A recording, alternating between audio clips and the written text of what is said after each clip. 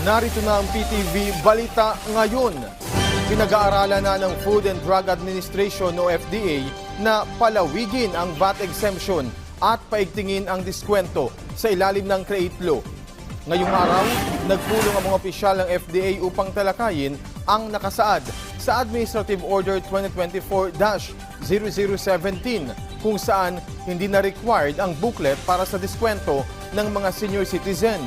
Kinukonsidera rin ng ahensya ang posibleng pagpapalawig nito maging sa Persons with Disability o PWD. Umaasa naman ng FDA na mapadadali nito ang proseso sa mga transaksyon at makatutulong lalo na sa mga mahirap na komunidad. Nakahanda ang Department of Social Welfare and Development DSWD na pag-aralan ang guidelines para sa ayuda sa Kapos ang Kita o AKA program. Maliwanag ni DSWD Secretary Rex Gatchalian, alinsunod na rin ito sa hangarin ng Marcos Administration na mapupunta talaga sa tunay na nangangailangan ang benepisyo at maiwasan ng doble-dobleng ayuda. Tiniyak din ng DSWD na hindi mahahaluan ng politika ang programa at dadaan sa masusing pag-usuri ng DSWD ang mga irerekomendang benepisyaryo.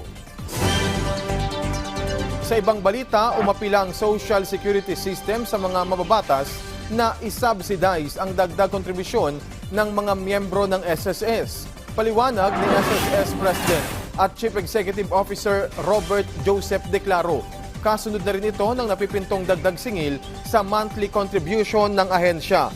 Ayon kay Declaro, gagamitin ang karagdagang koleksyon sa iba't ibang serbisyo, partikular na sa pagbibigay ng calamity loans. Binigyang din ng opisyal na nakasaad sa Social Security Act of 2018 ang pagtaas sa contribution rate kada 2 taon. Meron ho kaming contribution subsidy program. Baka ho ang ating mga kapatid na mga mambabatas na nag-o-oppose, na nag-request na i-delay ito, hindi ba po pwedeng i-subsidize nila para sa kanilang mga membro itong dagdag na 190 pesos na dagdag in contribution. Kasi mas marami ang maapektuhan kung isuspend ho natin itong increase na to. Bukod sa opportunity ng SSS na makatulong during times of calamity, last year, we gave out around 9.8 billion in loans for calamity-stricken areas. Karina and I think Christine, madami ho kaming natulungan, about 500,000 members. So pag i-delay ho natin itong increase na to, hindi lang ho magsasuffer ang mga membro, wala silang opportunity, but also yung capacity ho ng SSS na tumulong in times of need.